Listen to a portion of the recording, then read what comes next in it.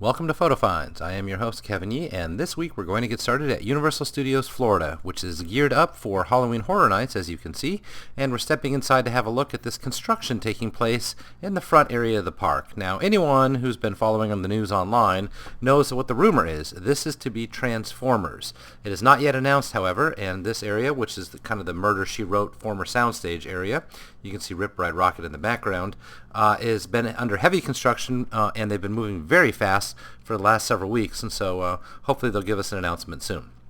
Now, this is the park in the center of the Central Park area near the lagoon, and you can see there's Emmett Brown's time machines, both the DeLorean and then the steam locomotive from Back to the Future, now relocated to a new home.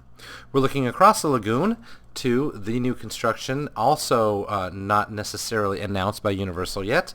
We'll take a closer look at the seawall here. For a while, the seawall was walled off while they had people go through a trench, and it turns out what they were doing was preparing the seawall area to be the natural walkway while they do the rest of their construction behind it. And so, as you can see now, everyone is along the seawall, and they have more room behind it to build this massive building, which of course they haven't said what it is. I think all of us are thinking, however, that's going to be for the Harry Potter expansion. Now, because they closed the Amity area carnival games, they've moved them over to here in front of the Simpsons ride. Now, if you remember before, these used to be kind of fake backdrops for carnival games or Midway games, and now they are actual Midway games. The Whack-A-Mole, Whack-A-Rat here in the Simpsons parlance, and then the ring toss, Mr. Burns' radioactive rings. Okay, this is playing hoops basically with the Simpsons characters. This is that game where you shoot the water into the target and make your Santa's little helper go faster than the others. The balloon pop, here is Sideshow Bob, or Sideshow You, I guess. Wild Willie is where you knock over the Wild Willie to earn a prize, and then make the ball land in the basket. This is Thar She Blows from the Sea Captain mythos in The Simpsons, and then finally the softball knocking over the cans. We're switching over now to SeaWorld, which has its own Halloween celebration, and as you can see, these are the candy stations, denoted here by the purple octopuses, and it looked to me and felt to me like they had quite a few more than usual this year. So Spooktacular, as you can see, is included with the regular park admission. They decorate with things like balloons, the bubbles that you saw there a moment ago, these blow-up dolls kind of everywhere, as well as some characters you can take pictures with. There's some more of the inflatables and the bubbles everywhere. Not that many people took pictures with these characters, but it's great that they're around. It adds an energy to the area that otherwise wouldn't have been present.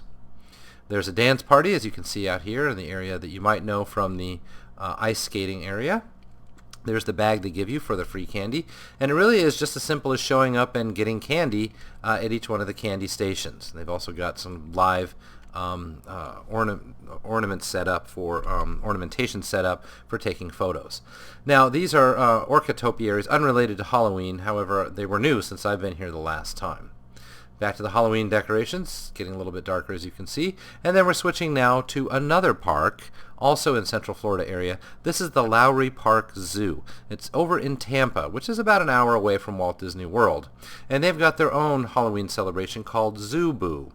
And this, as you can see, runs on several nights throughout a Halloween season, which is really just the weekends, I guess, in the October month.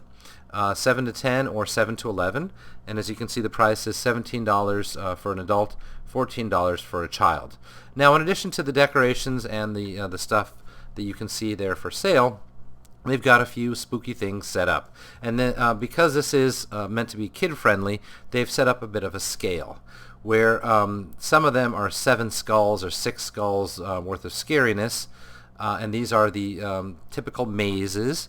Now, what's different about the Boo Zoo maze concept is that rather than live scare actors, you're much more likely to find animatronics that spring to life because you've tripped a motion sensor or an electric eye or something like that as you come around the corner. And so I wanted you to see there are a number of mazes available here, and a couple of them are kid-friendly.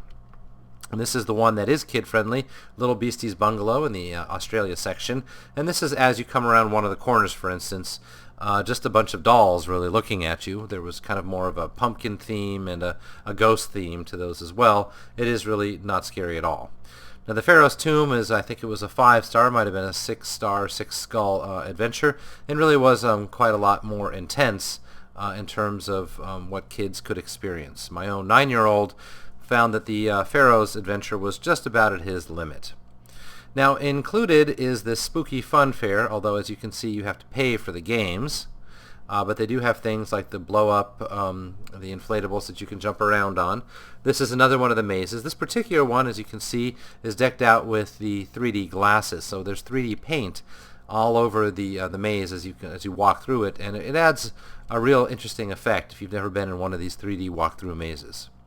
They've got these inflatables throughout, and of course some not quite neon, but LED lighting, decorating the area and making it a lot more festive as well.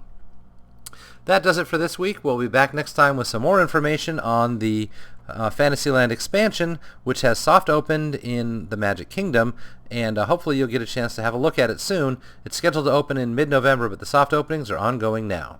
Thanks, and we'll catch you next time.